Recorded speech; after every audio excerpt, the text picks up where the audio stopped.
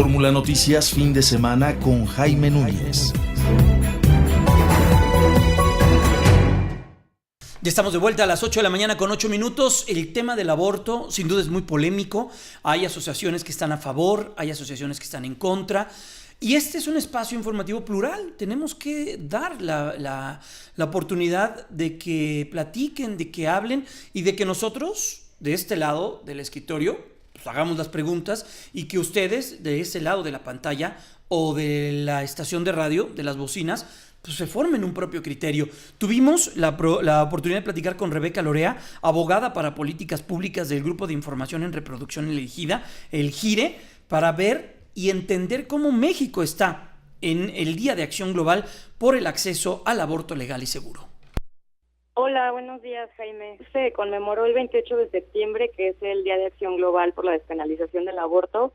Esta fecha, pues, es importante desde 1990, cuando nació en el quinto encuentro feminista latinoamericano y del Caribe, pero poco a poco ha empezado a cobrar relevancia en todo el mundo. Evidentemente, en nuestro país falta mucho para que este día deje de ser necesario y dejemos de estar luchando por la despenalización del aborto.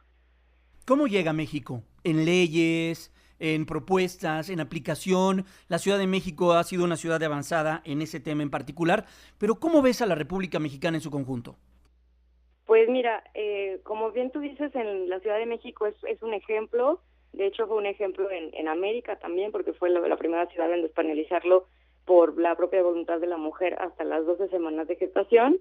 Desde 2007 las mujeres en México, en la Ciudad de México, tienen ese derecho, pero en el resto de la República las cosas no han cambiado.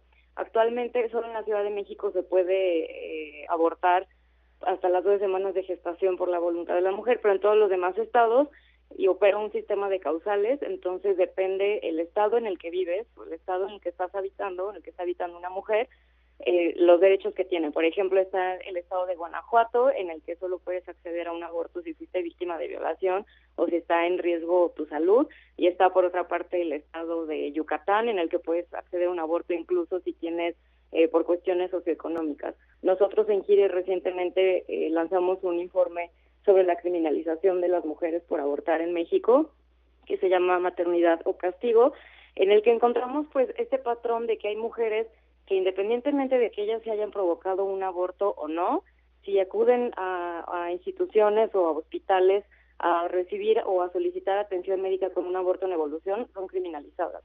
Esto es porque pues las leyes todavía están hechas para que cualquier mujer que tenga un aborto en evolución sea considerada sospechosa, e incluso a veces se anteponen las investigaciones en su contra que la propia atención médica. Rebeca, estamos platicando con Rebeca Lorea, y es abogada para políticas públicas del Grupo de Información de Reproducción Elegida, el GIRE. Rebeca, ¿por qué no se ha podido permear este mensaje de los grupos que están a favor de la despenalización del aborto, que la acción de despenalizar el aborto, de tener un aborto, es primordialmente para rescatar o salvar la vida de las mujeres que luego ponen en riesgo su vida al practicarse de manera clandestina, de manera informal? ¿Por qué ese mensaje no ha podido caer de todo a la sociedad? Pues mira, yo creo que México también es un país pues muy diverso y con muchos contextos. También como en México el aborto se regula a nivel local. Tienes, por ejemplo, como decíamos al principio, la Ciudad de México, que puede ser una ciudad súper progresista en este y otros temas, pero también tienes otros contextos políticos y sociales. Entonces, yo creo que sería una combinación de contextos, una combinación también de que, pues, como están las leyes, a veces así se enseñan y es muy difícil como cambiar este chip. Pero creo que, por ejemplo, el hecho de que desde hace 11 años en la Ciudad de México las mujeres tengan este derecho también es un gran paso, sobre todo porque ha derribado muchos mitos, que son por lo general los mitos que salen cuando provocas estas conversaciones y mucha gente empieza a decir que las mujeres van a ir corriendo a hacer filas para abortar, y te das cuenta con el programa de interrupción del embarazo aquí en la Ciudad de México que no es así, que en realidad las mujeres no, por lo general no abortan más de una vez, que no se lo toman como un método anticonceptivo, y que muchas de ellas incluso se declaran a ellas mismas como católicas. Entonces, creo que parte de esta conversación y de esto que falta difundir más es cómo en la Ciudad de México ha funcionado y cómo esto podrá replicarse para todos los estados de la República para que las mujeres puedan tener más derechos.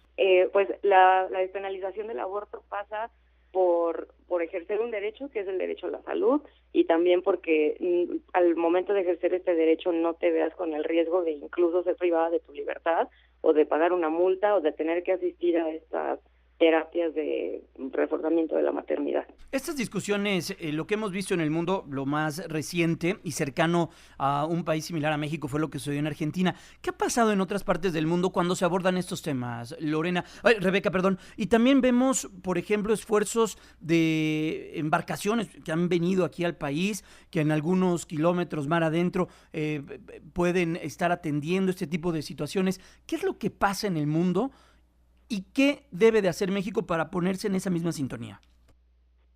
Pues sí, pues en Argentina se dio esta discusión hace unos meses y creo que independientemente de que no se haya promulgado la ley, un gran avance fue lo que también se ha estado llamando la despenalización social del aborto, que ya sea una conversación pública, que las mismas mujeres y adolescentes y abuelas y todos hayan tomado como esta lucha como propia, que se haya conjuntado también con otros movimientos como el LGBT.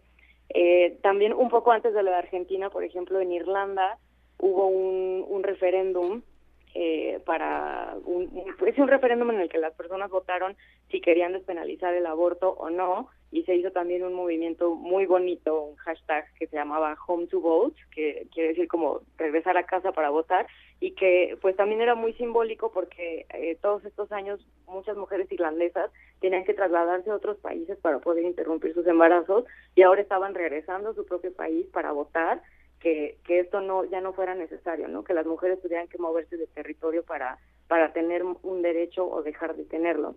Al final este referéndum en Irlanda pasó y pues también fue algo muy significativo.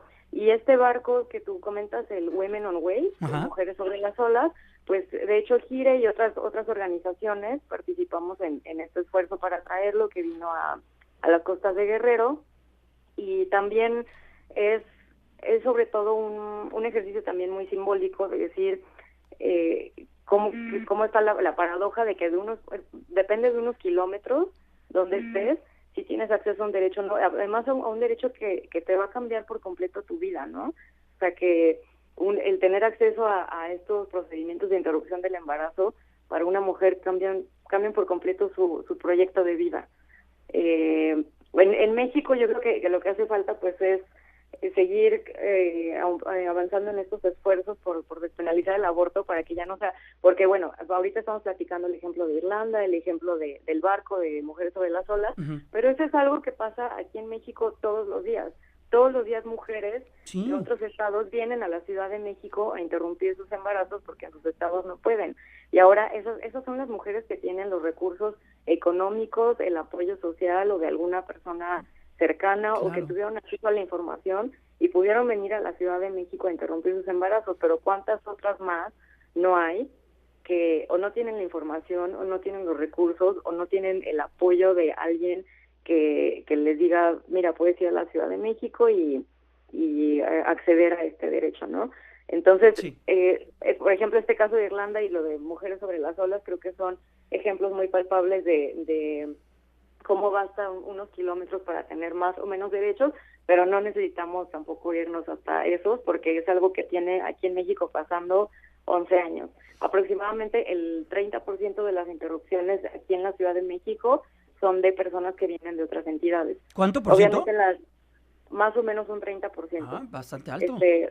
Sí, la mayoría son mujeres que vienen del Estado de México, también obviamente por la cercanía, pero puedes ver que incluso hay extranjeras que han venido a la Ciudad de México a interrumpir sus embarazos, y hay de todos los estados, o sea, en menores porcentajes, pero en estos 11 años no hay una sola mujer de algún estado que no, o más bien no hay un solo estado del que alguna mujer no se haya trasladado a la Ciudad de México, claro, para interrumpir su embarazo. Oye, Rebeca, aprovechando que estás en la línea telefónica, Rebeca Lorea, ¿alguien en que este caso tú, que perteneces al grupo de información de reproducción elegida, ¿no les preocupó? ¿No levantaron la ceja? Hoy ya vimos que hubo una marcha para atrás en lo que sucedió en la Cámara, en los congresos, cuando el Partido Encuentro Social, que sabemos qué es lo que opina de estos temas, estaría encabezando la Comisión de Salud. Hoy ya vimos que esto no sucedió, pero ¿ustedes les preocupó este hecho?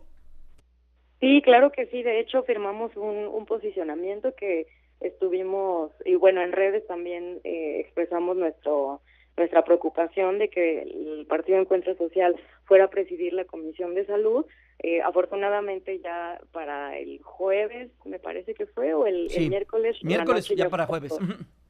Sí, fue ya cuando se echó para atrás, porque sí hubiera sido muy preocupante, porque pues este partido, a pesar de que luego afirmaron ellos ser respetuosos de todas las creencias, pues no es lo que se ha visto en la práctica, ¿no? Este partido en otras legislaturas o en otros estados ha presentado iniciativas con el afán de limitar derechos, y sobre todo derechos para las mujeres. Entonces, pues sí, claro que levantamos la ceja, claro que nos preocupamos, contuvimos el aliento, pero afortunadamente la movilización y el expresar nuestra preocupación y la amenaza que además esto significaría para las mujeres en México, pues hizo sus efectos, y ya esta comisión regresó a una legisladora de Morena. Pues Rebeca Lorea, abogada para políticas públicas de Grupo de Información en Reproducción Elegida, el GIRE, gracias por estos minutos y te deseamos un extraordinario fin de semana.